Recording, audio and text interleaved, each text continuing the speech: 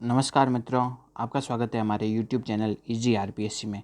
इस वीडियो में हम राजस्थान बोर्ड की क्लास 6 की जो टेक्स्ट बुक है हमारा राजस्थान, उसका एक यूनिट के बारे में हम पढ़ेंगे। तो आज जो हम यूनिट डिस्कस करने वाले हैं उसका नाम है राजस्थान के भौतिक प्रदेश या राजस्थान के भौतिक स्वरूप। ठीक है, तो ये शुरू करते हैं राजस्थान का भौतिक स्वरूप।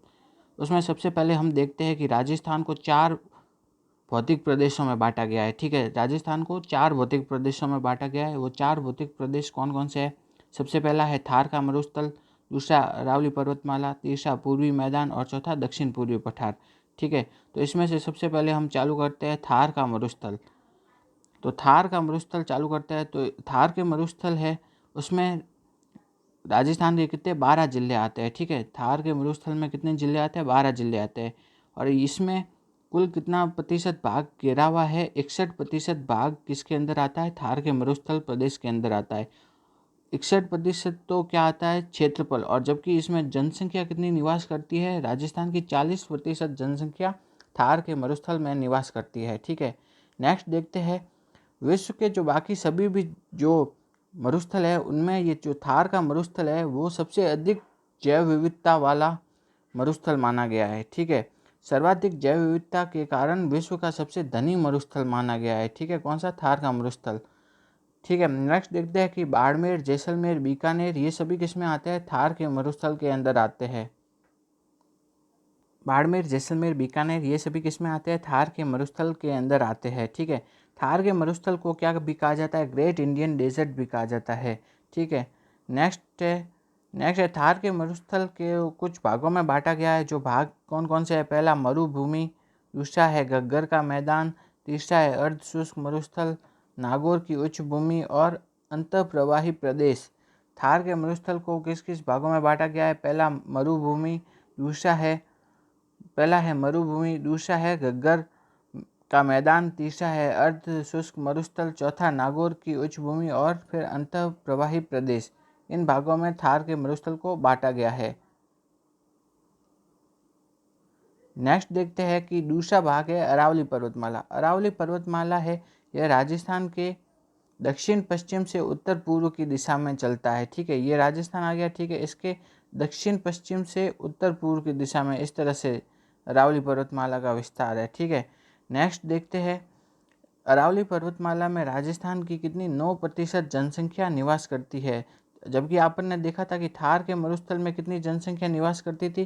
थार के मरुस्थल में तो 40% जनसंख्या। ठीक है, जबकि अरावली पर्वतमाला में राजस्थान की 9% जनसंख्या निवास करती है।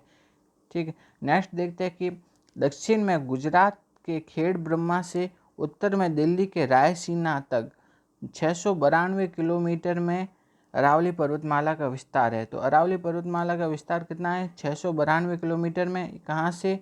दक्षिण में गुजरात के खेड़ ब्रह्मा से स्टार्ट होता है और उत्तर में दिल्ली के रायसीना तक जाता है। ठीक है, नेक्स्ट देखते हैं कि अरावली पर्वतमाला राजस्थान को कितने 2 भूभागों में बांटती है। अरावली पर्वतमाला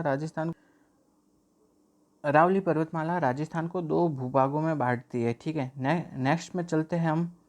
नेक्स्ट देखते हैं कि अरावली पर्वतमाला के कुछ उपयोग है।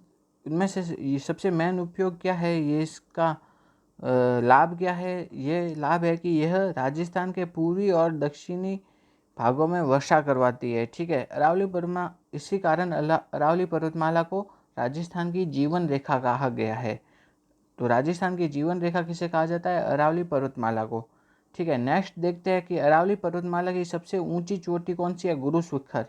ठीक है, यह कहाँ स्थित है? सिरोही के माउंट आबू में स्थित है। अरावली पर्वतमाला की सबसे ऊंची चोटी है गुरु शिखर और ये कहाँ पर स्थित है? सिरोही के माउंट आबू स्थान पर स्थित है। तो गुरु शिखर की ऊंचाई कितनी है? गुरु शिखर की ऊंचाई है 1722 मीटर ऊंचाई है गुरु शिखर की। ठीक है, नेक्स्ट चलते हैं। नेक्स्ट है कि अगला है पूर्वी मैदान। ठीक है, तीसरा राजस्थान का भौतिक प्रदेश कौन सा है? पूर्वी मैदान।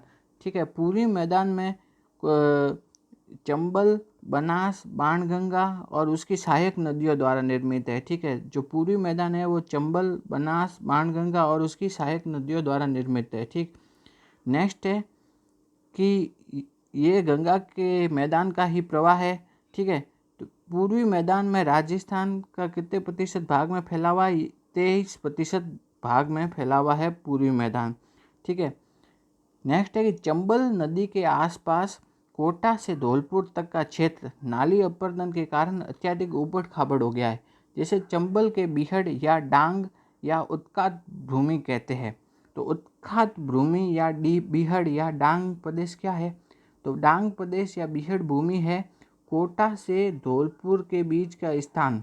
ठीक है, कोटा से धौलपुर के बीच का स्थान है जो कि चंबल नदी के पास आता है, और यह नाली अपरदन के कारण क्या हो गया है? ऊबड़ खाबड़ हो गया है। इसी कारण इसे क्या कहा जाता है? बीहड़ या उत्खात भूमि कहा जाता है। ठीक है, नेक्स्ट है राजस्थान के सबसे उपजाऊ एवं सर्वाधिक जनघनत्व वाले इस क्षेत्र में राजस्थान की लगभग कितनी 40% जनसंख्या निवास करती है।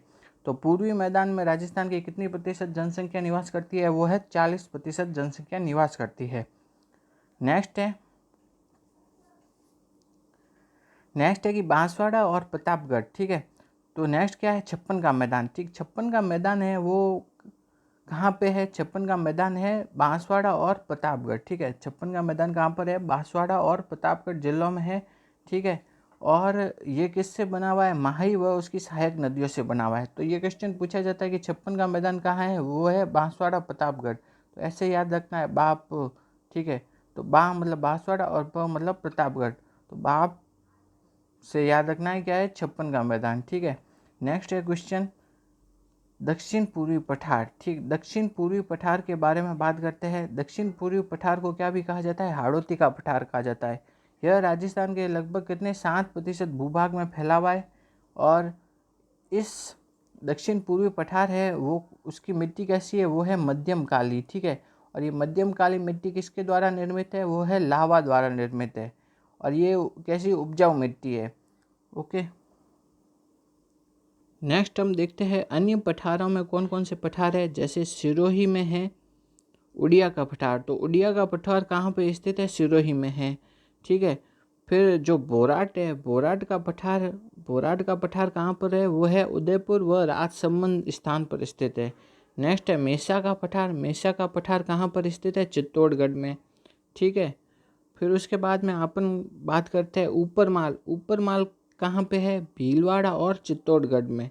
ठीक है, और लसाड़िया का पठार कहाँ पर स्थित है? उदयपुर और प्रतापगढ़ के बीच में। तो ये बहुत इंपॉर्टेंट है, इससे क्वेश्चन पूछा भी जाता है कि कौन कौन से पठार कहाँ पर स्थित हैं। तो ये बहुत इम्पोर्टेंट है।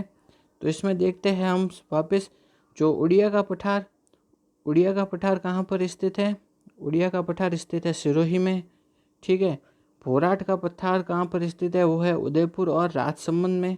मेसा का पठार कहाँ स्थित है? चित्तौड़गढ़ में।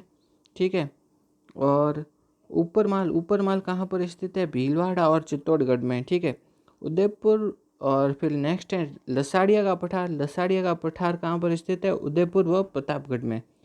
अगर आपको हमारा वीडियो अच्छा लगा तो वीडियो को लाइक कीजिए और चैनल को सब्सक्राइब कीजिए। Thank you.